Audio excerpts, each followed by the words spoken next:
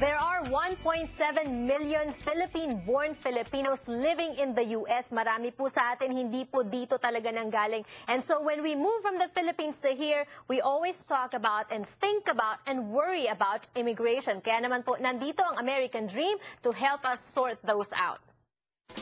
This American Dream segment is brought to you by Aquino & Lowe Law Firm, answering your immigration questions.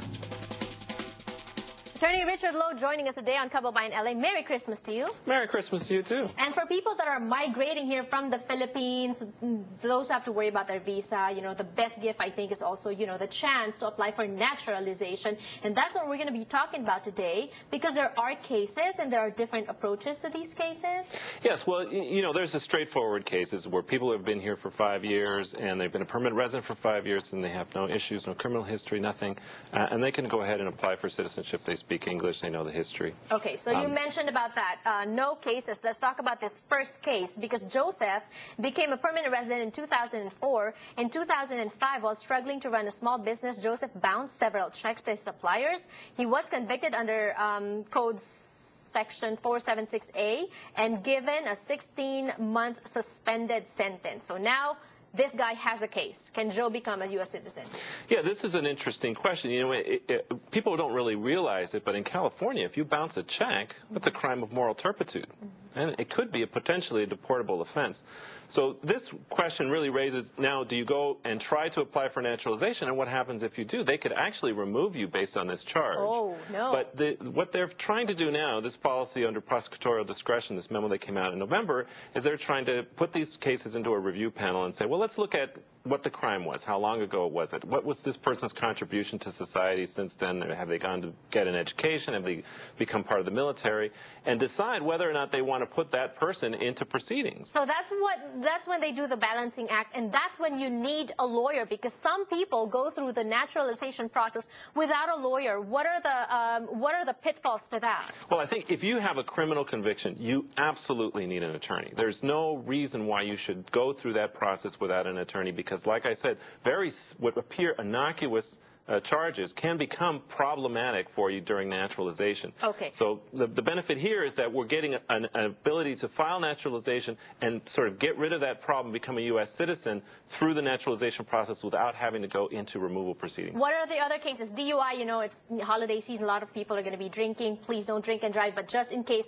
DUI, is that a deportable offense? DUI, in and of itself, one DUI is not a deportable offense, but there are some jurisdictions that look to the number of DUIs. For example, if you have 2 or 3 DUIs, and if you've had your license suspended or revoked and you continue to drive and get a DUI, that's going to be a problem, and it could lead to your removal. All right. Bottom line, you need a lawyer. Second case, Jenny became a permanent resident when she was 13 through her parents, who are still permanent residents. Jenny registered to vote and voted in the general election in 2004.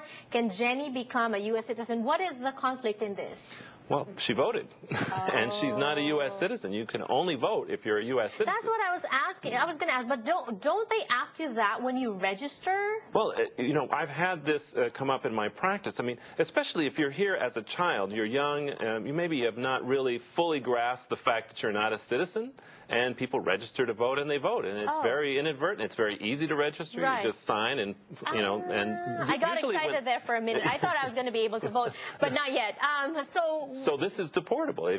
This woman can be deported from the United States for voting in an election. She actually registered and voted. When she's not supposed to. When she's not supposed to. And so the best way to approach this is to try to take this on head on, and that is when you go into citizenship, you have to tell them this is what happened. You have to lay out the case, how this was inadvertent, how you didn't mean to do it, and how it was the only time, and all of these factors, so that you can have, similar to the previous case with the criminal case, is that so that you can have them review this and say, okay, well, we're going to let this go and you can become a U.S. citizen. So how does that work? Ignorance of the law is no excuse, but it happens when we don't know. So say, for example, I didn't know and I registered and I voted. Do they excuse that?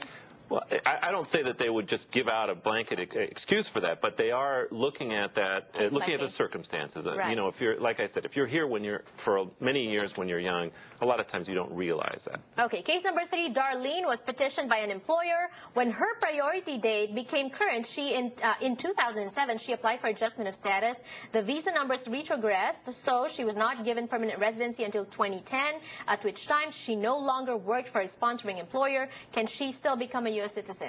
Now, this raises a different issue. Now, before we were talking about criminal problems, but now we're talking about what happens when you get your permanent residency by mistake or through fraud. Well, in this case, this person became a permanent resident, although they really shouldn't have, because at the time they weren't no longer working for that person that was sponsoring them. So had the government looked at the case again, they looked at the case in 2007, but in 2010, had they asked for more documents, had they said, then they would have known. They would have known and they would have denied, but instead they just went ahead and approved the case. Well, this is a real problem, and this again is something that has to be addressed at some point. Now, these people eventually will either be, if they apply for citizenship, what always happens is the officer is going to ask you, are you still working for that employer? Right. Did you work for that employer after you got your green card? And so that's when it immediately comes up. So again, this is one of these situations where this will be put to a review panel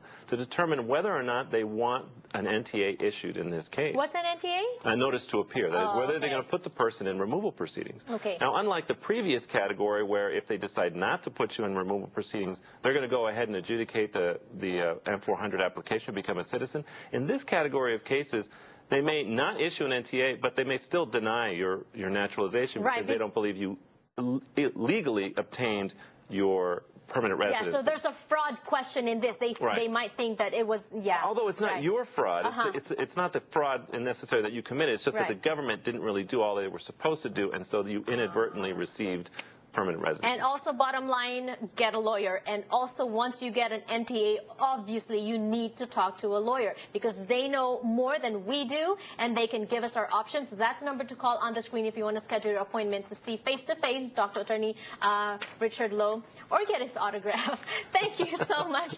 Merry Christmas and more power to you. Merry Christmas to you. Magbabalik pa ang Kababayan LA. Don't go away.